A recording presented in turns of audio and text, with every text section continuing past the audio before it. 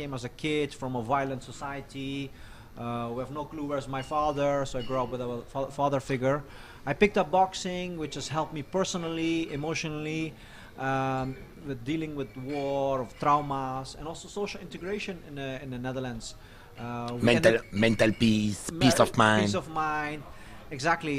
So I'm very grateful to picking up martial arts. This has helped me so much. I learned things which I would never learn at the university.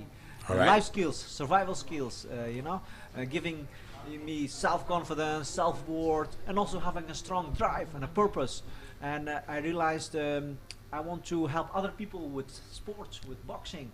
I grew up in Netherlands and not a little bit insecure about my own roots, who I am, why am I a refugee in Netherlands, Okay. So I decided to go back and look for my roots. I remember So you went back to Afghanistan? Yes. So I became amateur. When was it? In 2010. So how many years after you fled? So that's like 1998 we came to Netherlands. And you went back? And then in 2010. Yeah. 12 years after. Yeah. And I suppose you had it memories, obviously, 12 years old. Yeah. You had it still images, memories, souvenirs from Afghanistan. Not so much. So of course we are trying to have a collective trauma, trying to forget this, so I want to close this chapter, but it's also hard to close this because every day Afghanistan has been in the news, so you question yourself as a teenager, who am I? Who am I? So I was 24 or something. Then I decided I want to go back, look for my roots. So we made a road trip from Netherlands to Afghanistan along the former Silk Road, and I bring along 10 pairs of gloves from my boxing club in Eindhoven, and half year I spent in Afghanistan giving kids boxing classes. And I realized... So you went to Afghanistan to give boxing classes? To kids. To kids? Yes. To young Afghans? Young Afghans from my village of my from father. Your Yes. Home village? Yes. So it was the place you born? My father was born there. I was born in Kabul, but we are from the north of Afghanistan, from a small village. No, it was for me fascinating to go back and see where my roots are from. And there's actually how I got my startup idea. We are developing a smart punching bag, and we are on a mission to disrupt how people experience martial arts, and with this make the link to mental wellness. I give kids boxing classes, and I saw how through boxing we help build communities, shape the character of these kids, and so fast forward later. So you decided to use your engineer skills exactly, you could say to use your passion to develop a great solution, a great innovation. Well, I hope so. We are still in the early product development. We are being incubated at École Polytechnique. So you repeated a couple of times, oui. Like you are not alone in this journey. No, of course, nobody can. I think you met someone important as well, right? Yes, a very important person. And I think you met him in a astonishing place, right? Or yes. I am tell my me co-founder. a little bit more about this person that we're going to meet in a couple of seconds. Yes. So fast forwards, we had this idea for a smart punching bag, and I somehow ended up in Paris for the startup. We got the fellowship at Station F. They have a great program there. Station F, the company incubator from Xavier Niel. By Xavier Niel. And I came to Paris, and I meet my co-founder here, Ilias Talbi, and he's a very important guy. He worked for the French Boxing Federation as AI specialist, and he is from one of the real gangster hoods of Paris, only subway. So it's a real...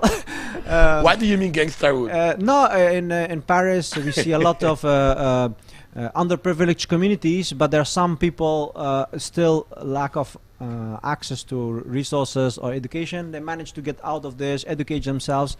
So this person as well, like you, doesn't come from the easiest path. No, exactly. No, that's why we have same values and we have same convictions, and we want to make an impact and give back. We were privileged. We got a lot of opportunities. The French government is helping us, and with the École Polytechnique, we won an award. So both of you are officially engineers from Polytechnic. I don't know about that, but we are working at the innovation lab with them, and they're supporting us to make our concept a reality. I mean, so Can I tell us a bit more about this? So Polytechnique is supporting you, right? Yes, yes. So we are at the Innovation Lab, Entrepreneurship Lab of École Polytechnique, and they are helping us. So 1 year they will help us to bring our concept to the market.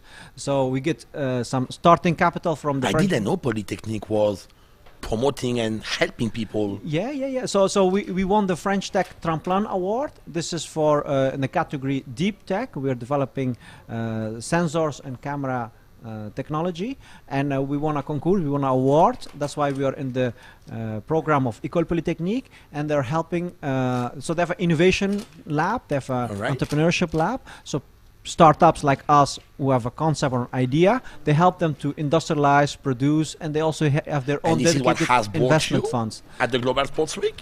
So yeah, of course, this school is magical because it's a very suppose it's a magical because being associated with Polytechnique, suddenly so many doors open. Suddenly we were even to me before the interview you mentioned Polytechnique. All right. Because it's so prestigious, obviously establishment in France is almost a part of the French heritage. Yeah. It's huge, Polytechnique. Yeah. So for us, it's weird coming from Netherlands. All our universities equally good or bad. We don't have this kind of strict ranking system. But I learned I'm integrating in France. If you're associated with Polytechnique, a lot of doors open. So that's why I'm saying it's a magical university. No, we are very privileged to be associating with them. And they're helping us. Your co-founder is the one focused to create an artificial intelligence, isn't he? Exactly, he is. Right, yes. Let's go to see him. Let's go to see him. Let's go to see him.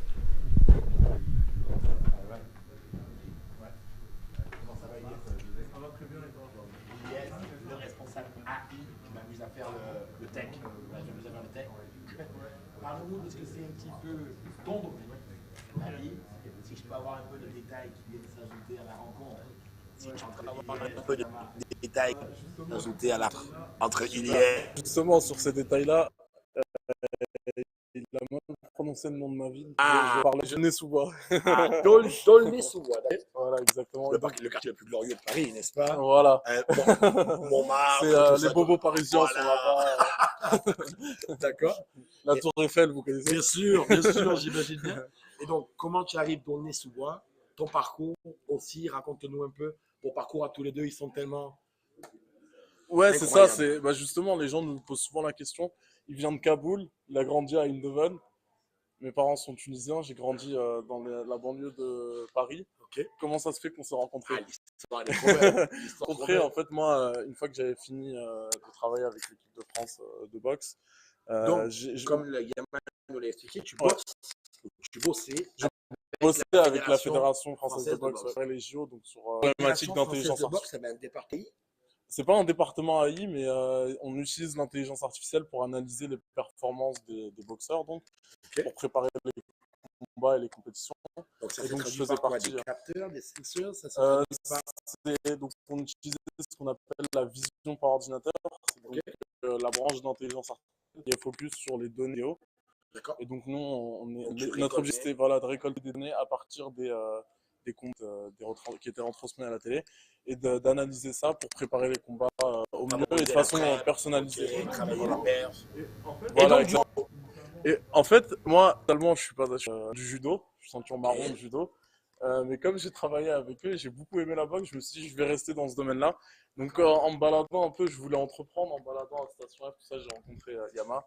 Et vous rencontrez donc complètement de façon fortuite. Voilà, complètement par hasard. Comme tu rencontrerais quelqu'un ici. Et donc, tu tombes sur Yama. Non, c'est que quelqu'un nous a introduit, mais c'est comme un peu comme tu rencontrerais quelqu'un ici à cet événement-là, quoi. D'accord. Donc c'est un peu, c'est improbable en fait. Improbable, casuality. Exactement. Right. Et dès qu'on se rencontre, on commence à bosser. Donc, dès le premier jour, la première chose qu'on a faite, c'était le dossier donc pour la BPI. Pour avoir l'aide de la French Tech Tremplin. À qui parles-tu? On a utilisé BPI aussi. Voilà, super. Sur Opntv à nos débuts. C'était la première chose qu'on a fait. Et à la base, on a fait un peu comme ça. On s'est dit si ça passe, tant mieux. Et on a été sélectionné. Et là, il fallait commencer à travailler après. Et Polytechnique, on intègre Polytechnique. De l'incubateur, donc justement Station F de Xavier Niel. Voilà. Comment on arrive à utiliser le lab de Polytechnique dont Yama m'a fait part parce que ça a l'air d'être un lieu Spécial. Ouais, c'est un lieu spécial. Donc là, on est en train de développer ce produit-là, qui est un sac de frappe connecté. Donc ça, c'est un sac de frappe. Ça, c'est un sac de frappe. Ouais. Yama, tu peux taper. De frappe que tu as dans un tel box. Exactement. D'accord. Et c'est fait à partir Yama, de notre démonstration. voiture usagée. Yama est énervé, ça fait 2 jours d'événement. C'était quoi le mot qu'il a utilisé? Overwhelming.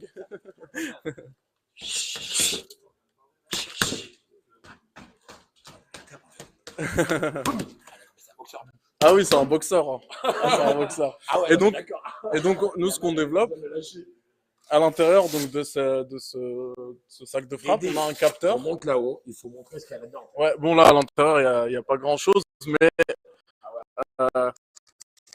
c'est son. Je sais pas si on voit. Je sais pas ce que Non, tu verras pas, mais c'est qu'on a un capteur comme ça, et on a des accroches pour. Juste un peu, qu'on voit. C'est tout petit, ça se met dans la poche. Et donc, c'est un accéléromètre qui permet de mesurer donc, des données sur l'entraînement de la personne. Donc, on collecte des données comme la puissance de frappe, le nombre de coups portés, la cadence, etc. Et on est en train de construire une expérience un peu plus ludique et interactive en fait, de la boxe. Et permettre aussi de connecter plusieurs sacs de frappe entre eux et proposer des jeux un peu en ligne. Donc, toi, tu m'as dit que tu étais de Londres. Il a même parlé un petit peu au début de l'interview. Exactement. On pourrait presque être en train de combattre ou d'échanger obligatoirement de boxer. Ouais. Avec un mec de Kaboul. Exactement. Moi, je suis ici, en fait. Et c'est pas parce que tu vas t'enfuir à Londres que. Les sous-bois à Kaboul, en fait. Exactement. On est en train de.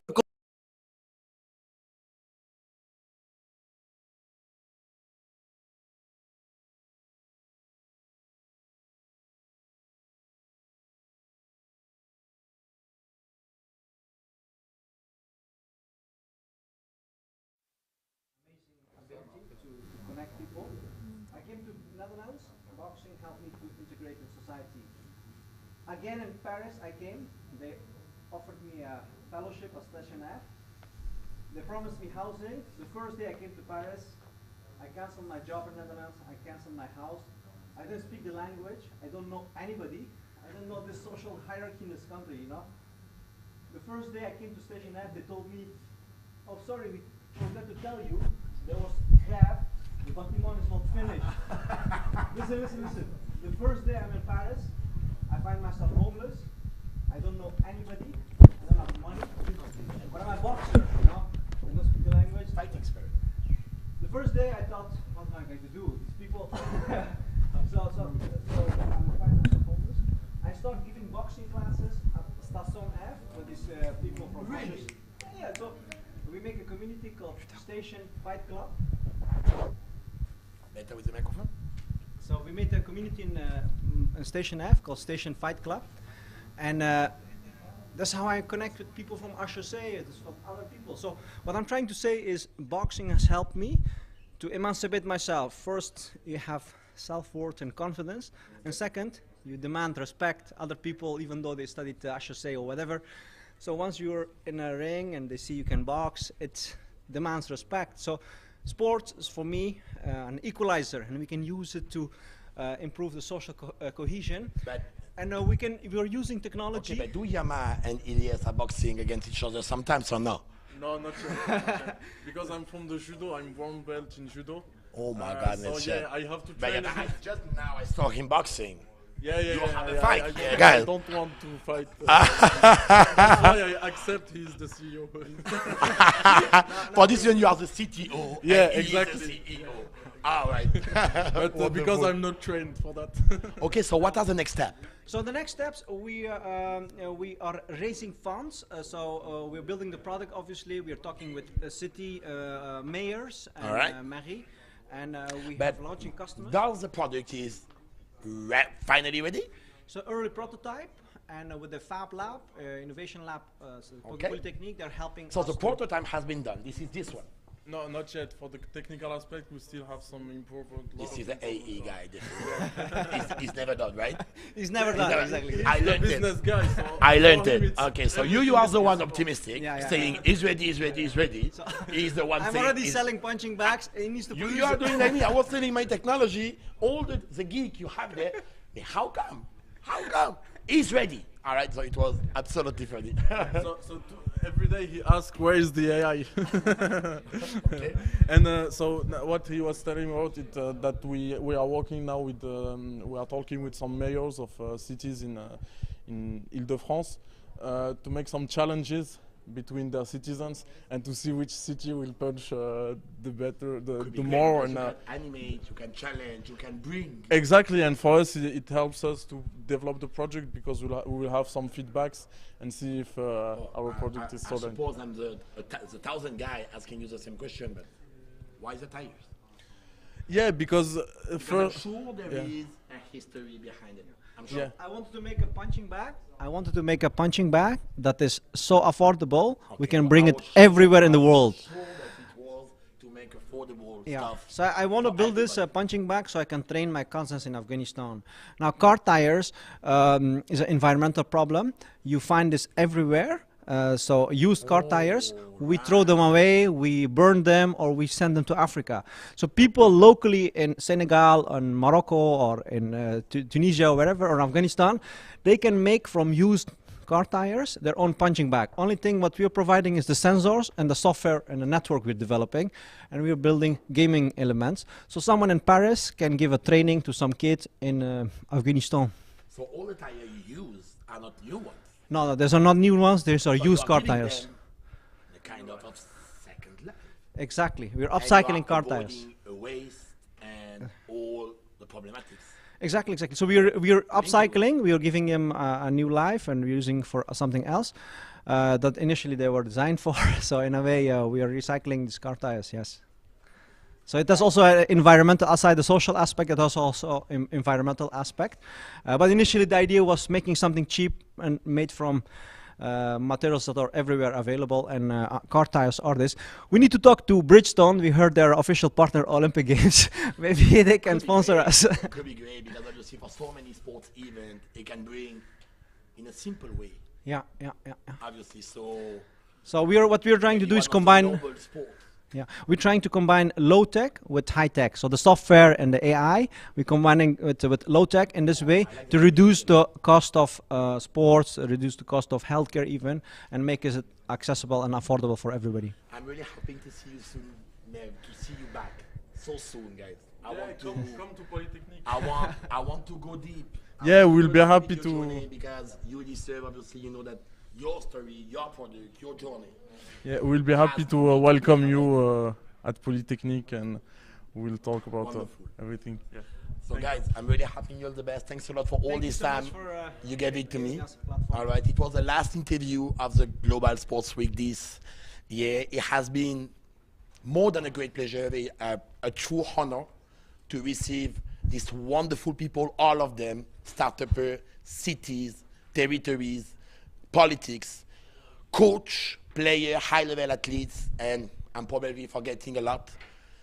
I don't have words enough to describe the pleasure it has been for all the team of Opntv to be here, to be honored by all of this. I would like to show everybody, I don't know if it's possible, on the regie, on the control room, because guys, I need to say to all of you guys, you did a wonderful job. So proud of my team, so proud of this company. Wow. And see you next year. Bye-bye, Global Sports Week.